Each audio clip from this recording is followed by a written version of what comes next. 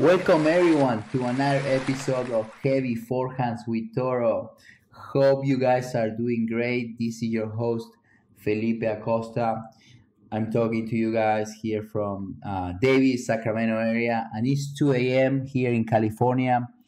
I drank a big energy drink before going to bed. I had to play a big soccer game that we lost in the semis, really tight game. But now I have so much caffeine in my body that I need to go and speak to you guys. I need to speak to my followers. So I'm excited to be talking to you once more with you guys. And this time we have a couple topics to discuss, but the main thing is we're going to be discussing college tennis and how you can become professional tennis player coming from playing college tennis. So let's jump right in. I was looking at the tournament results of this week and the last week, and I'm happy to see some of my fellow Aggies, the Utah State student athletes. They got some ATP points last week.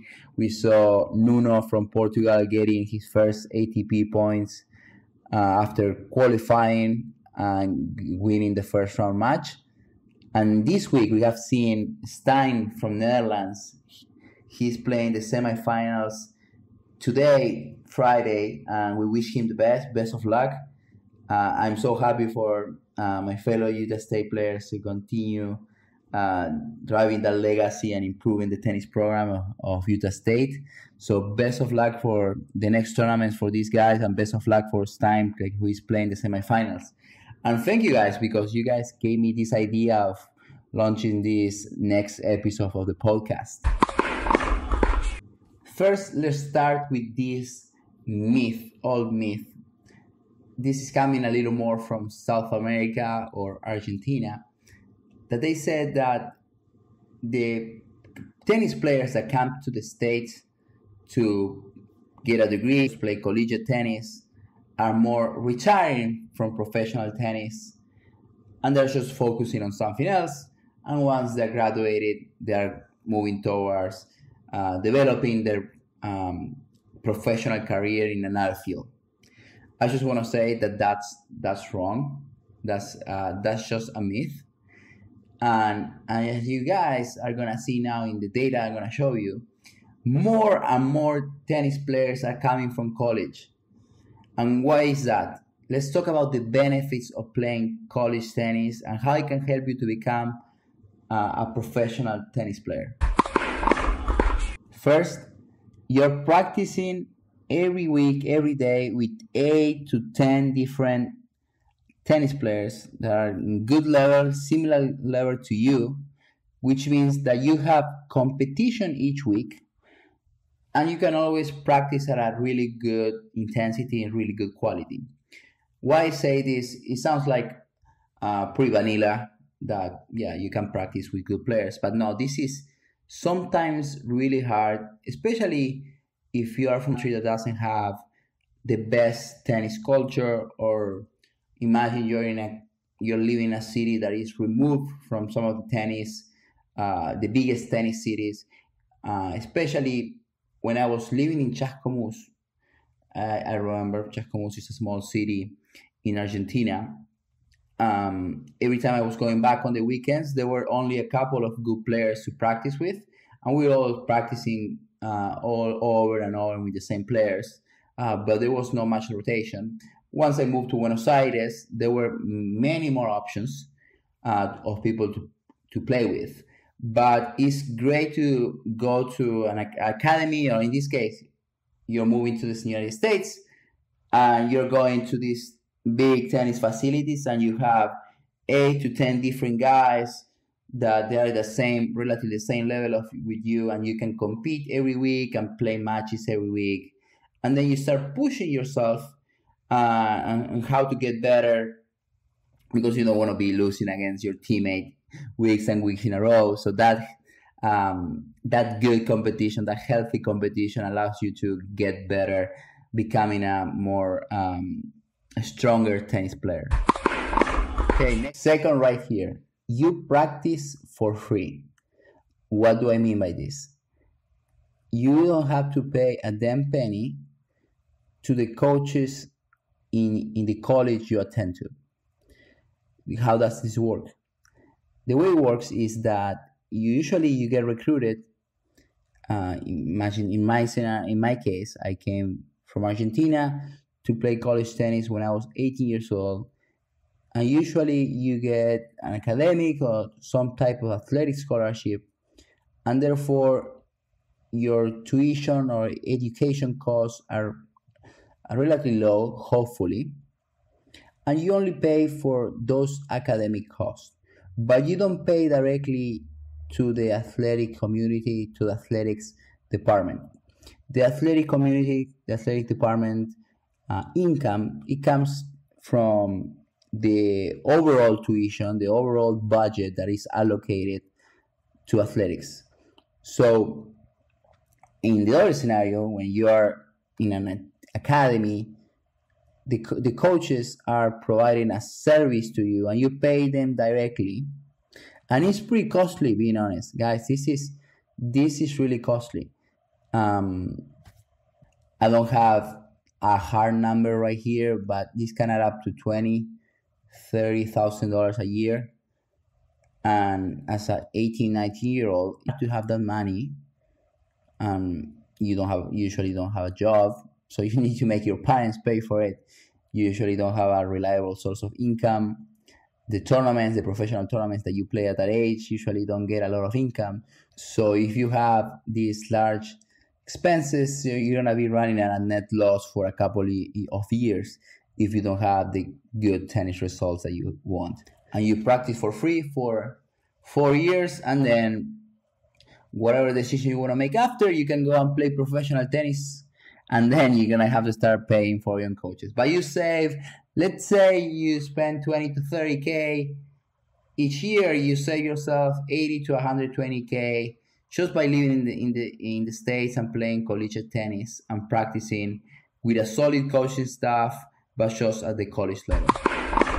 Let's jump into the next one. This is a benefit that I love. The next benefit is that you get time to mature. When you are 18 years old, it's impossible to know what you want to do with life. The people that know that what they want to do, they're great. They're decisive. They are driven. They have the energy, and they're ready to attack on the world. But there are a lot of people, a lot of young fellows that are 18 years old, and they like many different things, and they want to explore. So having that kind of gap from 18 to 21, 22 years, 22, 21 to 22 years old, give you the opportunity to continue playing tennis. But if you like any other aspects, call it, in my case, I really like finance. So I had 4 years where I was focusing a lot on finance and developing a career in finance. But if I had a chance, I had the thought that I didn't like finance, I could say, actually, I give it a chance 4 years. I prefer to play tennis and go and play professional tennis, because I was still doing both, practicing at a good tennis level and developing other skills. Another thing about maturity is that a lot of people reach 18 years old and they haven't lived alone. They've been living with their parents since they were born until they were 18, and they never had the opportunity to be independent. So having those 4 years of independency, where they need to be on time for practice, need to be on time for class, develop good habits, develop good communication skills, kind of multitask. Those are skills that are going to carry on.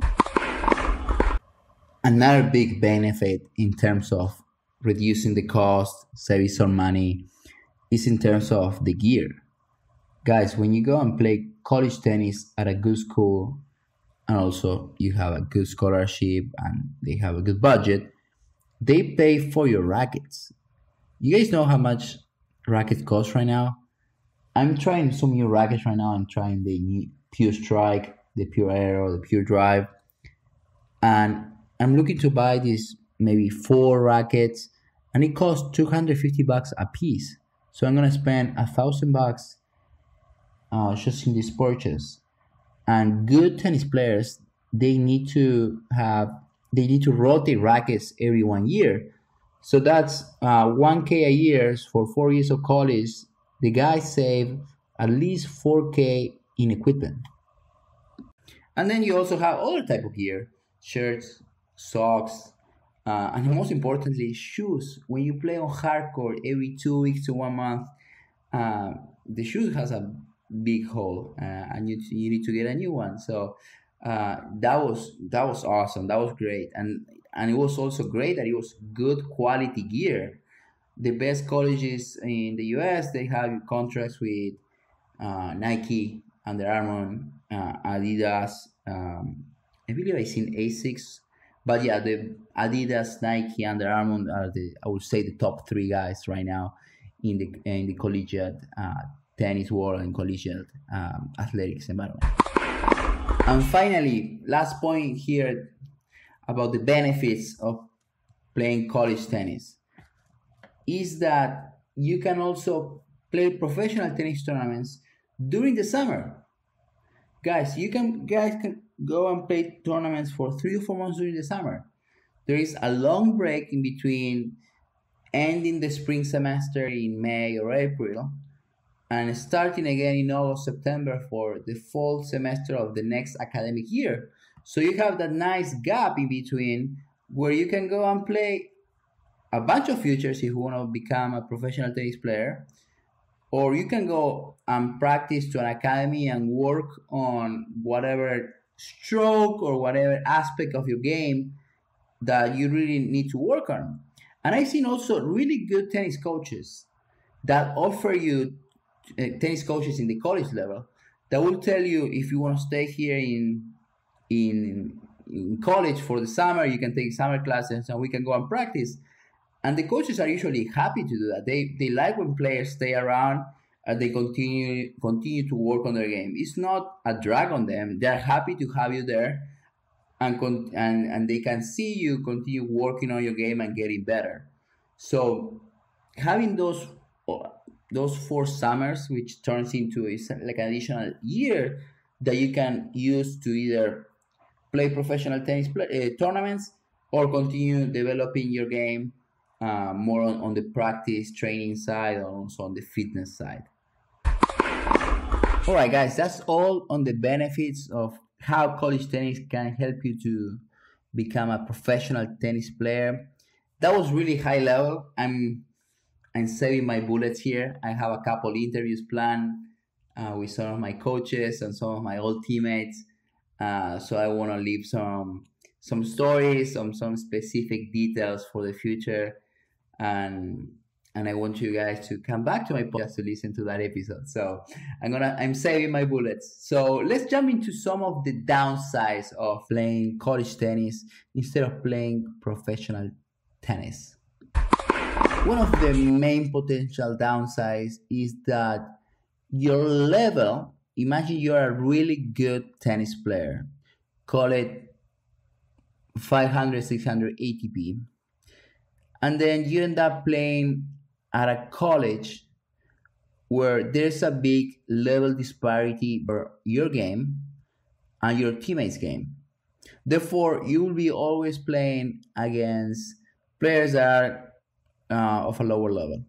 And like I said in previous podcasts, you need to play, in order to develop your game, you need to be playing players all around. Players that are better than you, players on the same level, and players that are worse than you. So if you end up in a college where you're the top player, you're the star, it's gonna be good because the coach is gonna try to take care of you and try to continue developing your game, and maybe gonna try to center the practice around you and try to take care of you. But you won't have the good competition I was talking about of having 8 to 10 good tennis players that can push you. It's gonna be different. You're gonna have you're gonna be winning every week if you are at really that high level.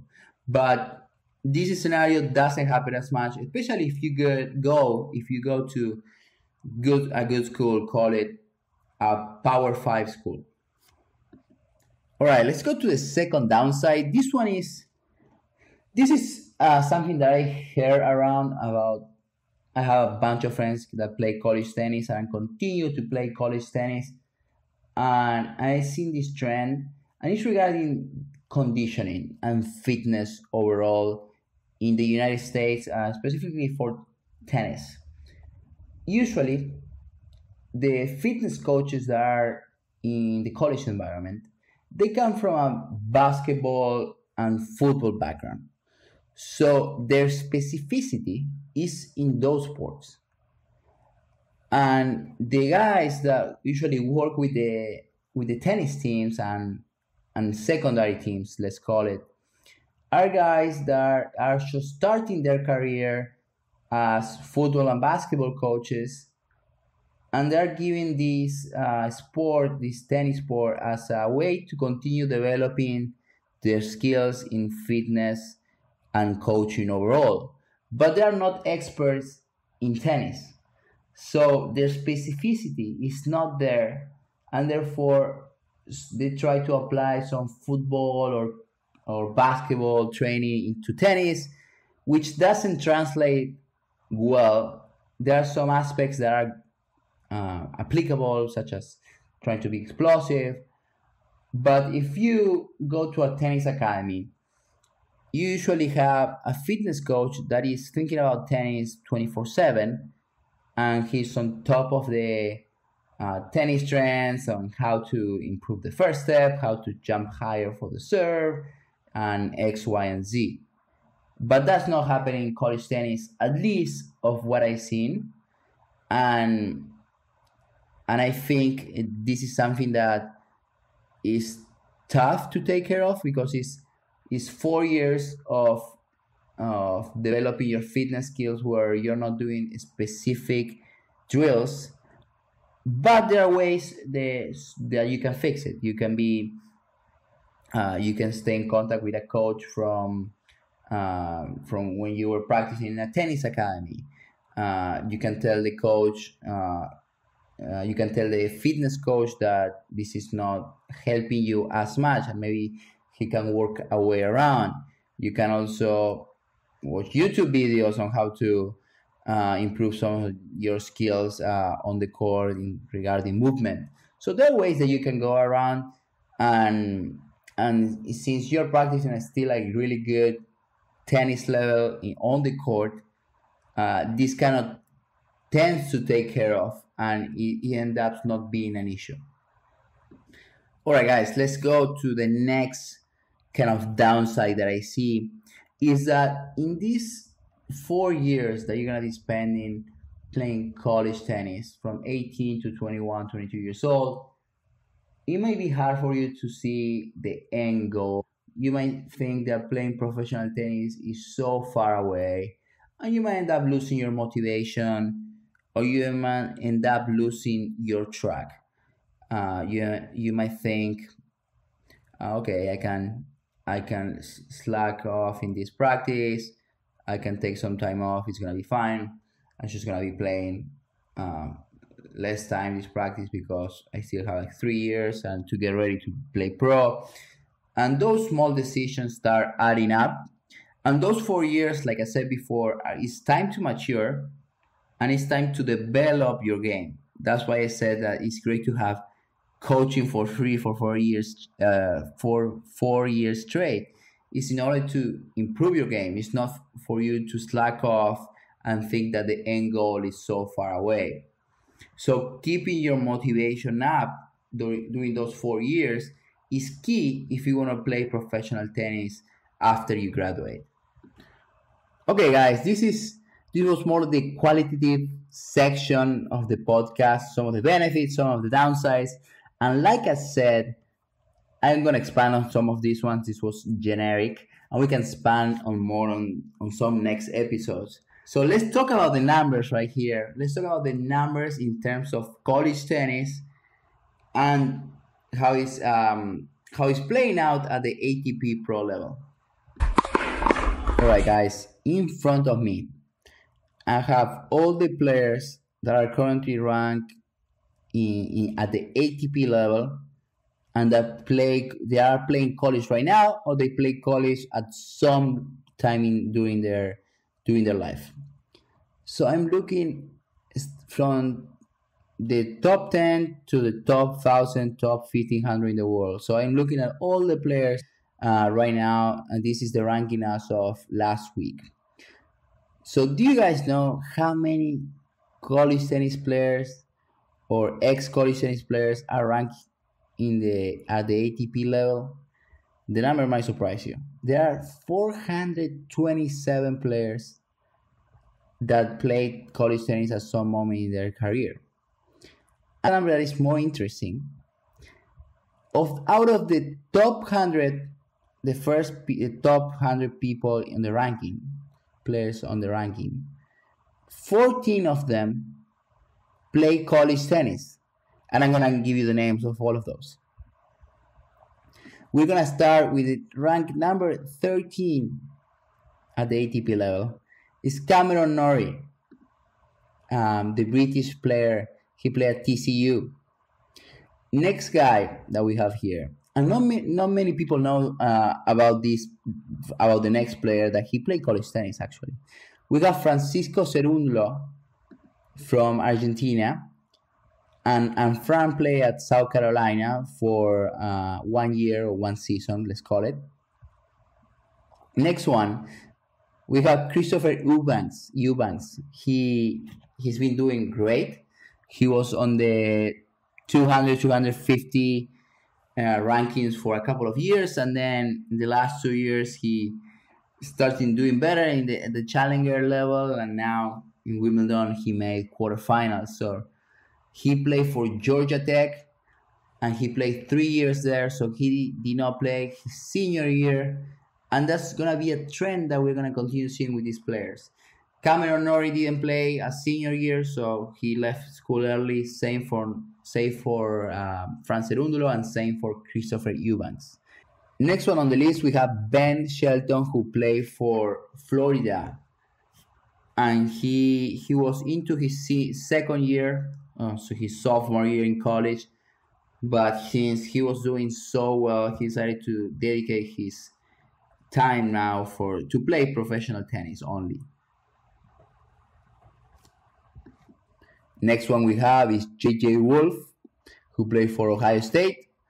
He did not play his senior year, neither, and he's now ranked 45 in the world. So we have Cameron Norrie, 13 in the world, Francisco Cerúndolo, 21st, then we have Christopher Eubanks, 29th, then we have Ben Shelton ranked at number 43, now we have 45, J.J. Wolf.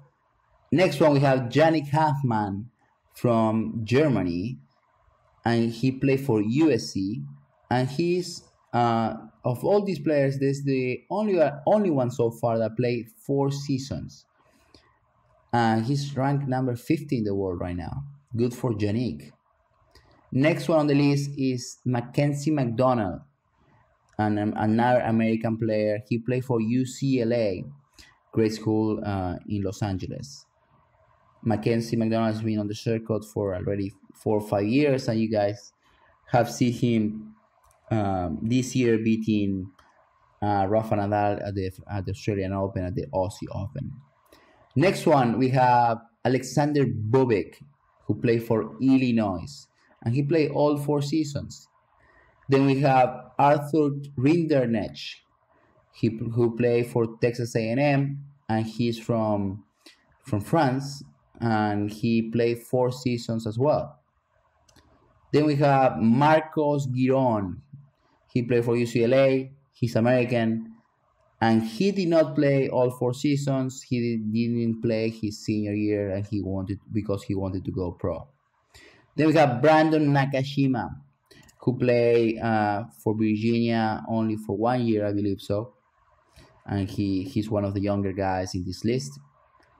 And next we have Nuno Borges from Portugal, played for Mississippi State and played all 4 years.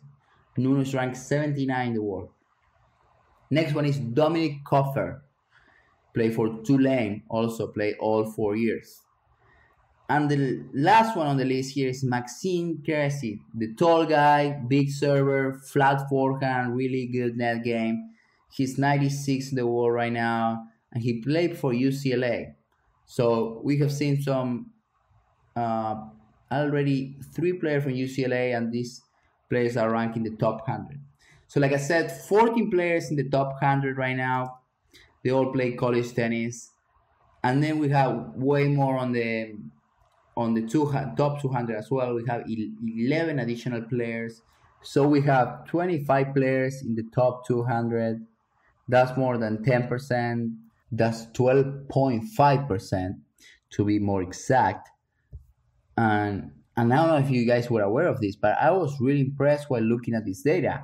I was always tracking who were the college tennis players who were active on the tour, but I was surprised to see that 14 were ranked in the top 100. Guys, that's impressive. That's amazing. That's against that myth that I said before early on of how going to college kind of closes or puts an end to your professional tennis career. It's the opposite, guys. There's college tennis is a funnel for to become a professional tennis player. It's awesome.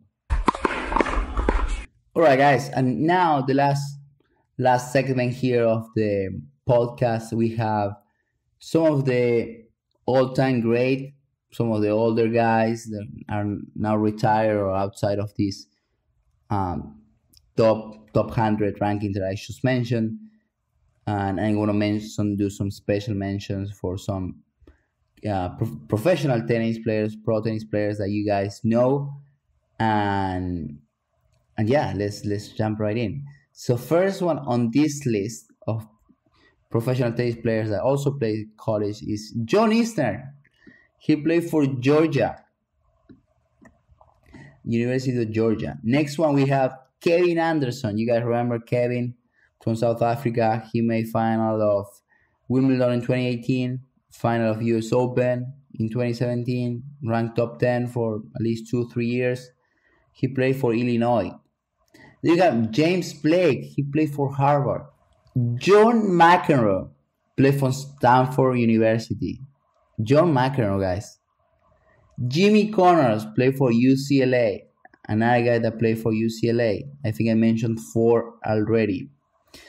And then the last one as I have here is Bob Bryan and Mike Bryan, who both plays at Stanford University. And yeah, guys, that's only a couple of the great names that we have. There are some that will also play professional tennis. All right, guys, this has been a fun one. I really enjoyed this one. It was great to connect how my fellow teammates from Utah State or you fellow USU players are doing well at the tour level, getting those ATP points, and we continue wish them the best of luck in the rest of the tournament this summer. And this podcast was trying to encourage those collegiate tennis players that they can go ahead and play professional tennis if they want to.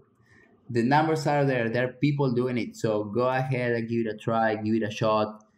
And you guys are going to be successful. Yeah, people are being successful at it. So keep at it, guys. So this is it for all, guys. I really, like I said, I really enjoyed this one. Please follow me on social media at Felia Costa 1 on Instagram. Please also subscribe to my channel with Heavy Forehands with Toro. And then I'm also on YouTube where I'm trying this new video version. And also I'm launching my own website coming up in a couple of weeks where I'm going to try to release some written content. Okay, guys, that's been all for now. It's really early or really late. It depends on when you're listening to this podcast. I'm tired and you need to go back to bed. I woke up, like I said, at 1:40 in the morning. So, all right, guys, thank you so much. We'll see you in the next one.